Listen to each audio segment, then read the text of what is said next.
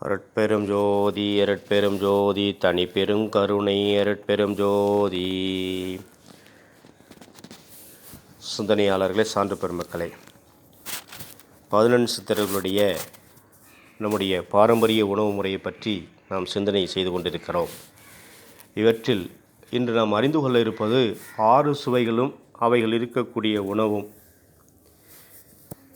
6 சுவை என்பது இனிப்பு, புளிப்பு, கசப்பு, துவர்ப்பு, உவர்ப்பு, காரம்.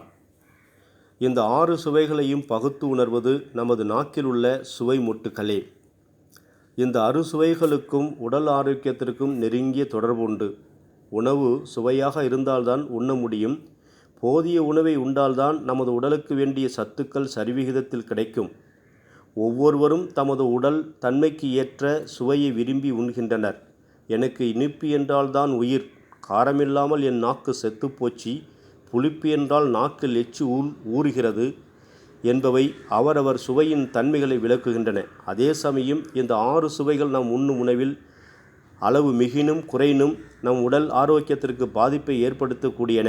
வாத நோயில் புளிப்பு சுவையும், பித்த நோயில் கசப்பு சுவையும், கப நோயில் இனிப்பு சுவையும் மிகும் என்பது சித்தர்களுடைய கூற்று. அறுசுவை மிகுந்தால் குறைந்தால் என்ன ஆகும், எந்தெந்த தாவரங்களில் என்னென்ன மிகுந்துள்ள என்பதை விளக்கும் அறுசுவை சக்கரம். அந்த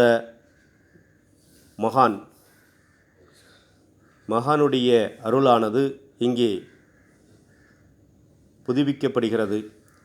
அப்படி புதுப்பிக்கப்படுகின்றதுனால உடல் பெருத்தல், உடல் அயர்வு, கட்டிகள் தோன்றுதல், நீரிழிவு மற்றும் இருதய சம்பந்தமான நோய்கள் இவை அனைத்தையும் நீக்க வல்லவைகளாக இந்த 6 சுவையும் இருக்கிறது. ஆகவே அன்பர்கள் அனைவரும் இந்த அறுசுவையை பற்றி அறிந்து கொண்டு முறையாக உணவு முறையை வடிவமைத்து கொண்டு நோயில்லாமல் ஆரோக்கியமாக வாழ வேண்டும் என்பது அனைவருடைய நோக்கம்.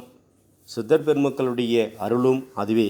ஆக இந்த 6 சுவைகளை பற்றி முழுமையாக தெரிந்து கொண்டு நாம் உணவு முறையை வடிவமைத்து கொண்டோம் என்றால் ஆரோக்கியத்திற்கு குறைவில்லை என்பதை சொல்லி உங்களை வாழ்த்தி மகிழ்வித்து மகிழ்கின்றேன். ஓம் குருகாந்தி சாய தத்சத்.